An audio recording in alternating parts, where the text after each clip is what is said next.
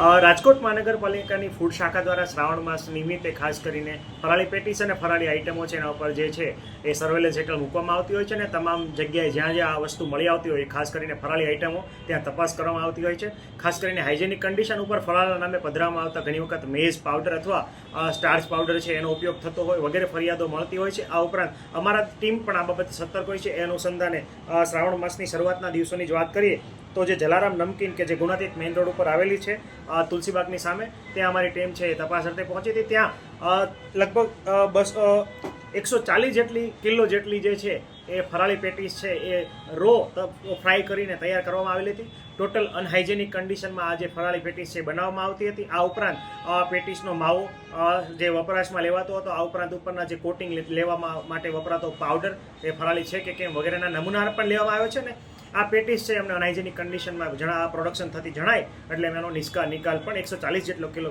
પેટીસનો કરેલો છે. આ સંસ્થા જે છે ને લાયસન્સ બાબતે નોટિસ પણ આપવામાં આવી છે અને જો હજી ઉત્પાદન છે શરૂ રાખશે તો આ સ્થળ છે સીલ કરવાની કાર્યવાહી પણ કરવામાં આવશે.